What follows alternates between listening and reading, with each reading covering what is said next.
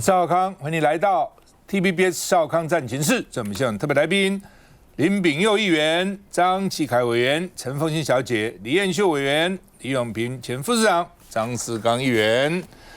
好，川普这家伙，你知道，变就是他的不变，哦，变来变去，变来变去。但是那天明明他讲啊，90天的豁免了，而且为什么原因呢？所以他就有一点不安啊，有点害怕啊。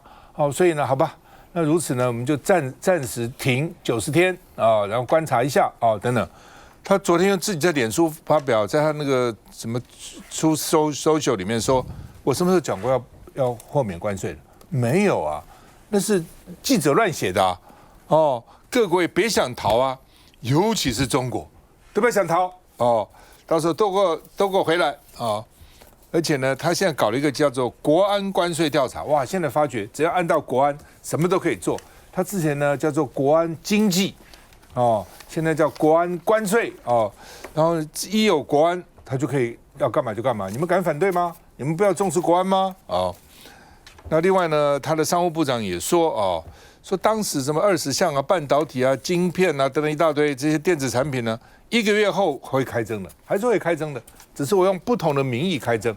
之前是统征，通通是这样，对不对？现在是用不同名义，不同有不同啊，怎么样对我美国最好？哪些东西是我要逼你到美国来的啊？那所以美国的国会议员就说，川普拿关税在玩1、2、3木头人的游戏。还会相信他吗？投资人还敢到美国来投资吗？因为所有投资人都知道哦，确定性是非常重要的，哦，最怕不确定性。那华尔街的大佬也说，川普关税恐怕那样比衰退更糟的危机，哦，美国经济有风暴，比衰退更糟哦。那不过呢，另一方面呢，川普放出消息，白宫的一个海军军医说呢，完全适合他的身体啊，好到不得了。完全适合当总统哦，我记得我们现在台湾也是啊，只要给总统做体检，都说好得不得了。阿扁那时候不是说好得不得了，怎么一下台以后官司要来就发抖啊、漏尿，通通来了哈。每个都说好，哇，这60岁这个跟30岁一样好，这比30岁还好哦。每个都是这样讲哦，不管国民党、民进党的这个总统，只要被检查都好得不得了。那川普现在也说好得不得了。哦，血压也很好，真的好哦，120几啊，什么80几啊，年轻人都没有这么好的血压哦，各方面都好哦。那体重也减少了，不过这个骗不了人哈，体重减少了，比他第一任减少了这个20磅啊，20磅还不错哦，蛮厉害哦。这个他的健康状况极佳，可以继续连任哦，就这个意思哈。那另外呢？关税到底有没有害经济？美国有一个民调哈，53%的民众认为川普是造成经济恶化的元凶，哦，所以呢，5个月内增加了11%，哦，所以因为他这个不是只有民主党，共和党人也受害啊，而且皮尔逊说共和党哦有钱人比较多啊，民主党有钱人比较少啊，哦，共和党本来就是这样嘛，对，白领啊，哦，这个中产的，当然川普吸收不少蓝领了哈，但是这个原来。共和党里面啊，赞成小政府，要靠自己努力啊，不要靠社会福利，所以基本上有钱人相对来讲啊，哦，至少中产阶级啊，这个共和党比较多。那当然深受其害嘛，股市这样一崩，不受害吗？哦，白宫这个贸易顾问纳瓦罗还继续喊美股会涨，你们放心好了。哦，川普也说。大量的钱这样潮水一般滚进来哈，我们看一下。Can you walk us through that decision? I'll give you that answer on Monday. We'll be very specific. 前一天才被记者追问美国海关与边境保护局发布的晶片豁免关税，川普当时还卖关子，不过才不到24小时。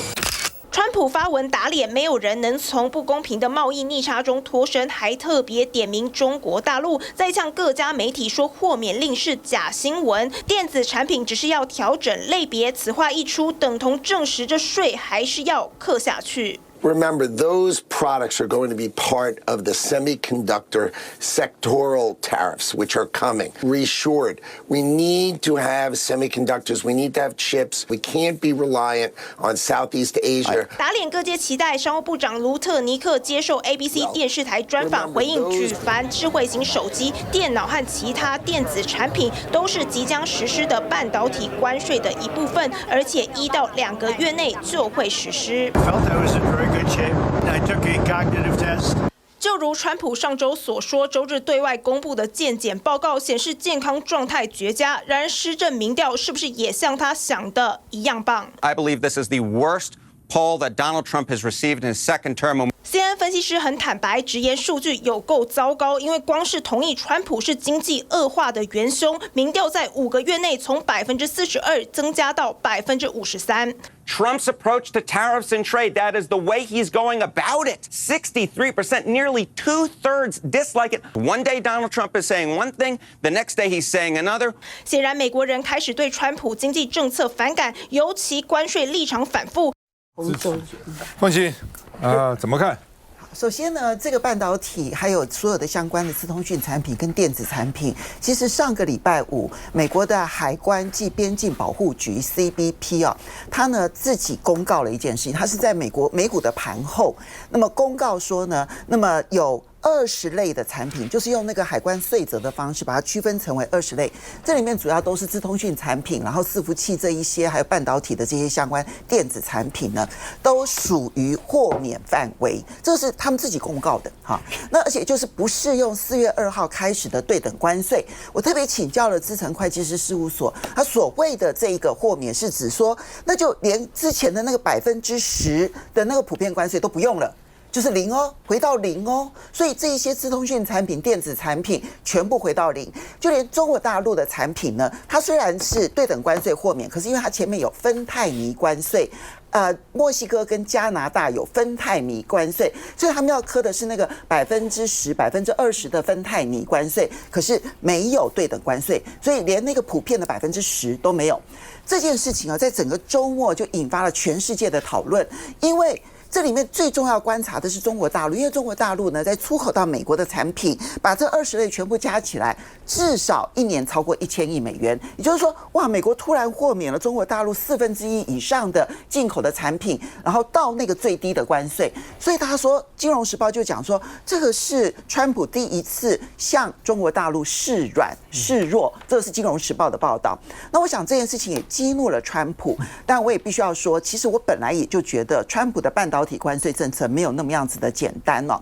好，那么所以呢，你看他礼拜天，鲁特尼克呢就上节目上 ABC 说，没有，我们现在要重新订定半导体还有这些相关产业的关税，然后我们14号就会宣布，也就是今天。那美东时间的14号就是台北时间的今天晚上哦。那川普到底是盘前宣布，还是盘中宣布，还是盘后宣布？我们现在并不清楚。川普呢就在他的这个 Truth Social 里头呢，就告诉大家说，这是假新闻，没有豁免，所以他到底会给多少？现在市场上在揣测他。那我觉得这当然是要去观察了，但观察这件事情我其实心里头有一点隐隐的不安，因为本来川普在4月2号宣布对等关税的时候，他其实就讲说，半导体我是另外处理的。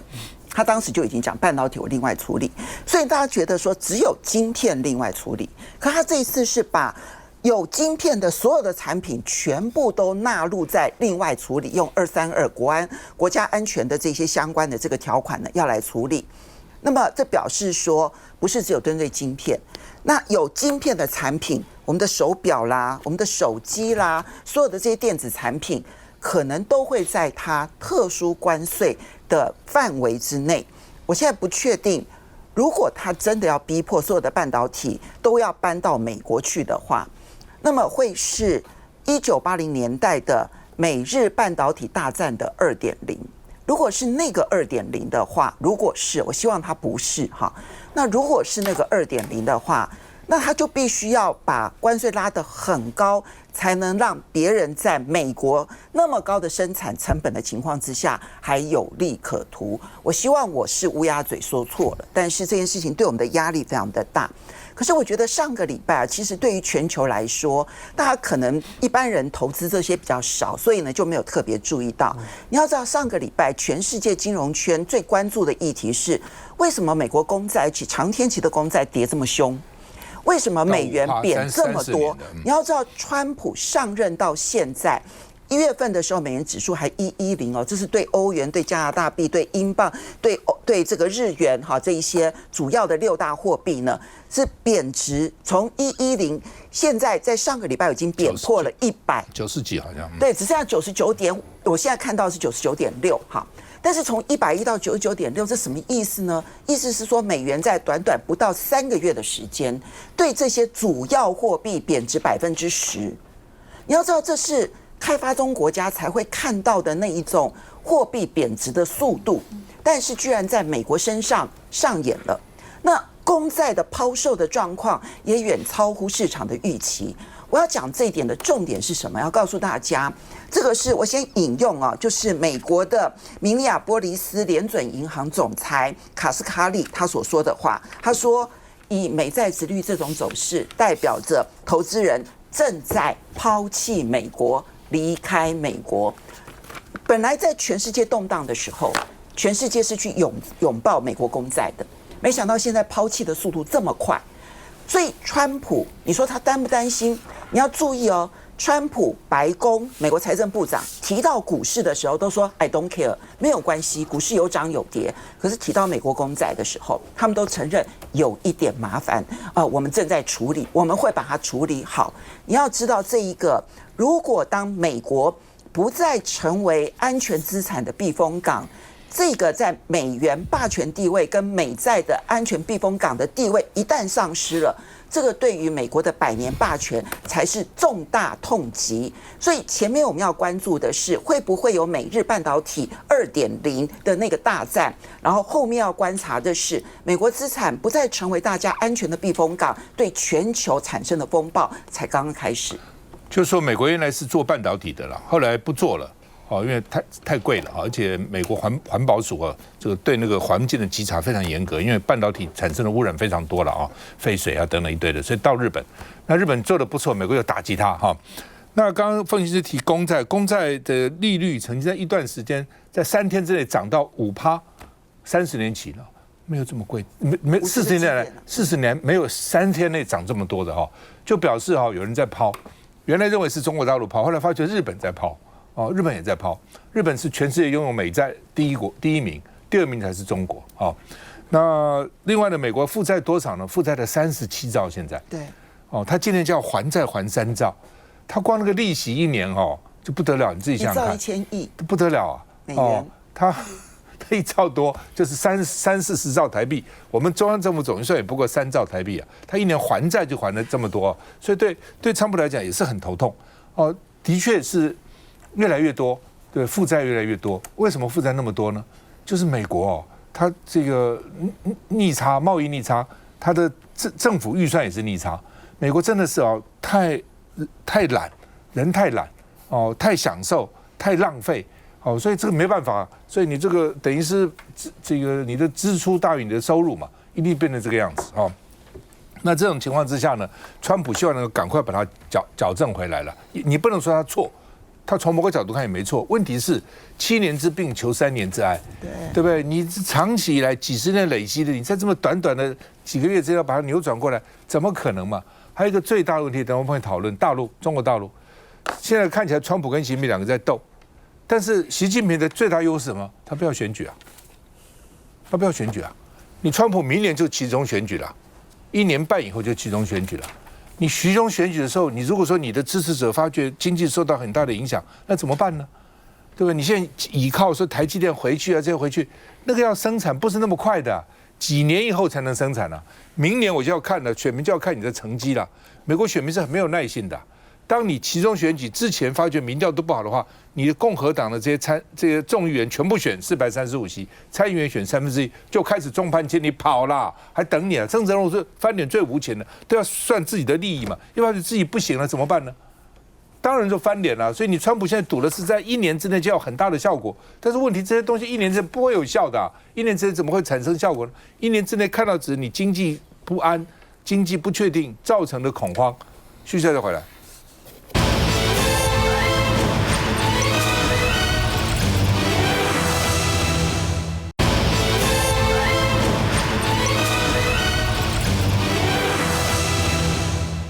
好，习近平今天到越南去访问了哈。那美国也想拉越南了，其实了哈。美国其实原来像拜登就把中国旁边的国家都拉拢，希望一起来打击中国嘛哈。那中国当然也希望能够这个突破。今天访问越南，说呢我们要维护多边贸易体制，接着还要这个访问马来西亚跟柬埔寨哈，都受到他们的这个领袖的这个邀请了哈。那今天他带了10个中共的高官随行哈。的确哦，包括蔡奇啊，包括王毅啊，这个王小洪啊，董军啊，王文涛都是蛮重要的这个官员哈，党政官员了哈。那另外呢，白宫副幕僚长Miller 指控说北京的扭曲全球的贸易体系那为什么要不要搞关税战呢？是为了阻止中国实现经济主导地位就是你美国的经济现在比较差了以后，你就怕人家嘛。川普今天还讲个话真好笑，他说我们为什么要打击中国中国几十年来都羞辱我们美国人民。中国什么时候羞辱美国人民呢？是美国不断在羞辱中国，中国哪有羞辱他在羞辱你呢？就川普认为说呢，你赚我的钱就是羞辱我所以以后我们去买东西啊什么都要注意我给你买东西就是呢这个你羞辱我，为什么呢？不是你卖我，是我卖你呢，表示我需要钱，你不需要钱。其实贸易就是互通有无嘛，谁有专长，你专长这个你就做这个，你专长做那就做那个，不可能。那川普现在看起来想把所有的制造业都拉回美国去做，这不太可能的事情嘛那大陆呢说进入战时态势，官员禁止休假不可以休假，尤其外交人员24小时 on call， 20小时随时接电话那 BBC 说习近平自信满满，绝不让步他们现在都在各打民族主义，这很麻烦。川普打的也是民族主义。我刚刚讲，川普说中国欺负我们美国人，羞辱美国人几十年，就是在打民族主义啊。我们为什么加关税？他羞辱我们了，对不对？哇，这个还可以羞辱我们吗？这个我们为什么要忍气吞声呢？为什么买他的东西呢？这就是民族主义。Make America Great Again，Make MAGA，Make America Great Again， 就是民族主义嘛。美国以前很强现在不行我们现在要再强盛，就是民族主义。中国也搞这个本来中国经济是很不好了，真的是不好了，那个房地产也不好整个经济也不好，工厂生产过剩，然后其他国家也在开始要围堵它等等。这个时候刚好拜登那个川普送上大礼了，他也可以讲你们之所以失业率这么高，你知道他现在失业率是盖牌的，你知道吗？你现在你不知道失业率多少，不公布。那是青年失业率，青年才严重盖牌。而且他一年1000多万大学生毕业到底多少失业不知道，盖牌不告诉你们那这下可以讲你为什么失业呢？川普为什么经济不好呢？川普为什么外销不好呢？川普川普呢羞辱我们呢？所以呢我们要团结自强我们要这个恢复中国的这个民族主义的精神等等，就张川现在搞这个东西了嘛所以呢绝不让步，而且呢谁会输谁会赢，反正他没讲，只是他心里知道，反正我不要选举你要选举来撑看谁能撑比较久美国贸易代表证实说，美中领导人没有通话安排。本来不是要一起过生日吗？还6月什么川普跟习近平川习生日月吗？要等电话吗？现在通通没有了，通通没了连电话都没有安排了。谁打电话给谁川普也不会打给习近平，习近平也不会打给川普那另外呢，美国前驻这个中国大陆前驻美国大使叫崔天凯，说在2月的时候就已经访问华府，因为他住过美国，所以一定有一些高层关系国会关系说他也带了一些方案是不是能够来妥协美国拒绝他，所以中国就知道大概没机会了反正要干到底就干到底吧那外国媒体说担心中国因为川普关税呢这个步步进逼中国，所以打台湾，我认为不会的。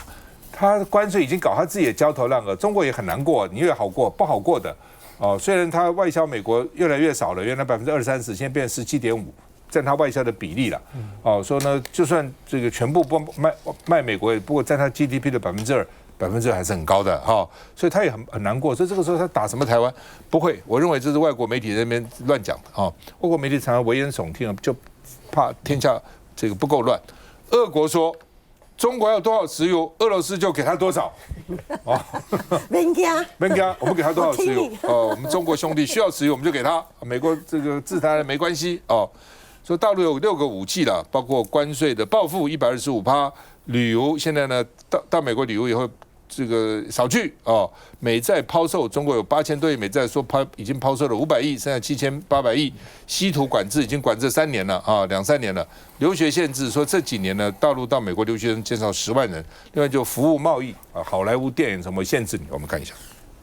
大陆国家主席习近平今年首度出访，14号起1连5天到越南、马来西亚、柬埔寨走透透。外媒法新社解读，在川普对全球发动关税战之际，习近平拉拢东南亚意味浓厚。习近平出发前还投书越南《人民报》，强调贸易战、关税战没有赢家，保护主义没有出路。中越要坚定维护多边贸易体制，维护全球产业链、供应链稳定。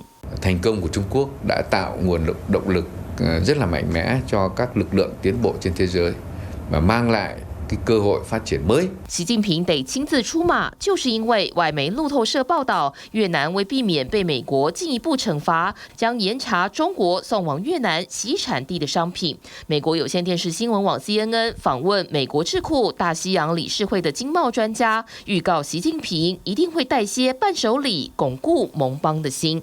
At the moment when these nations are unsettled by Trump's tariff and what that could mean for the economic future, that could mean some kind of wavering in terms of foreign policy alignment as well. So what she is trying to do now is go there in person, show them instead of fear and pressure, she's going to show them love, maybe some souvenirs along the way when they visit there. 别小看所谓的纪念品，习近平和大陆国务院总理李强在会晤西班牙首相后，中国立即宣布扩大采购西班牙的猪肉、樱桃，并引进西班牙电影。同一时间，中国还狂买巴西的大豆，摆明就是要呛美国。中国绝不示弱的立场。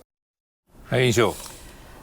川普上任之后，无论是在军事在政治上的作为，对乌克兰也好，或者是一连串的关税的战争也好，带给国际社会的想法是什么？国际社会怎么去看美国这个老大哥？就是说，过去我们都跟你站在一起，无论是对俄乌战争，你要的做法，从拜登到川普我们对美国的做法是什么？那过去跟美国的贸易这么多。大家跟他都好来好去，但是无论是在印太战略当中，菲律宾也好，或者是包括印度也好，这几个都是跟包括台湾也好，过去我们都是跟美国紧密站在一起，但是没想到，无论是36%的关税，32%的关税其实也都加诸上来，所以接下来这真的有人说这个是送给习近平一个非常好的礼物，国际社会大家都在想说未来。我无论在国际上军事同盟上，或在经贸的合作上，除了美国之外，我要不要有其他的规划？所以大家才说，这是不是送给习近平的好礼包？所以习近平开始他走越南，他走马来西亚，他走柬埔寨，就说对大家如果能够熬过这3年半川普期间的话。那大家也开始要分散接下来未来在军事上、在经济上的同盟，我觉得这个需要注意。但是我必须要提醒民进党政府，就是说我们有机会在第一波谈判。当然是好事，但是第一波谈判你不能把所有东西都送出去。前几天我跟蒋万安在几个跟业界、产业界的沟通上面，很多人都说逼得我们不行，我们必须加一跟着出去。但是民进党政府有没有去思考过？当然我们在现阶段，我们协助这些中小企业避免关税，但是对于台湾未来我们的产业空洞化。民进党政府到底有没有一个解决的方案那提到就是说中国大陆现在，我认为我觉得他们是有限的对抗，然后他们希望控管风险。那目前对于整个国际之间的大环境，他们也只能以拖待变，然后快速的让自己转型回来。那重点是我们的政府对于谈判沟通的过程当中，我们到底有没有盘点？我们有哪些筹码，或者是我们能阶段式的跟他们谈？你一下子全部都修恨出去，那我们到底有什么？譬如说台积电我们出去，那后面我们到底还有哪些谈判的筹码？譬如说美债我们要变成30年、50年，那之后呢，我们还有什么？那给了这些之后，明年后年之后，川普会不会回过头来觉得不够，又要再来一次？所以这是一个川普上任之后是一个永远没有办法可以预测的，所以我们必须要有很多不同的筹码跟谈判的技巧。不，基本上了哈，就是说，对谢元秀刚刚说，我们因为民进党政府很高兴，我们放在第一波，好高兴。放在第一波有什么好高兴的？高兴，放在第一波有什么好高兴的？第一波风险很大，柿子挑软的吃，你会被他反手啊。柿子先挑软的吃嘛。川普的策略，川普是很会谈判的人呐。川普的策略是这样嘛？好，你越南已经自己衣服脱光光跟我说，我通通是零。好，那全来谈啊，真的零啊。那你台湾赖清德还在跑到 Bloomberg 去投诉啊，我给你4项，那么这个也不要，那个也不要，来谈啊，谈了以后给其他国家作为样板啊。你是川普一定也这样干的你总不会找一个很硬的人来谈吧？谈完以后说我都没谈下来，对，你当然是找一个能够让步的人，然后到时候说给全世界人看。你看看台积电，我还没有加他100%的关税，他已经来投资2000亿美金了，已经要来投资3000亿美金了，当然是这样嘛。这是有什么好高兴的呢？好吧？那你现在已经跟他谈了，对不对？11号已经谈了，谈基本上3个东西：第一个关税降低，第二个非关税的贸易壁垒怎么降低，第3个怎么跟美国采购。那内容是什么？要告诉我们了。到底你谈的结果是什么？你不能只说我们谈了这3项，然后呢，内容是什么呢？是只谈了大纲，还没有谈细节，还是也谈了细节不敢告诉我们？这你必须要对国人交代啊，这个东西不能骗的尤其必须要对立委交代啊。这是很重要的事情嘛。这到底谈了些什么东西也不讲，就好高兴了。我们第一波是怎样？休息了再回来。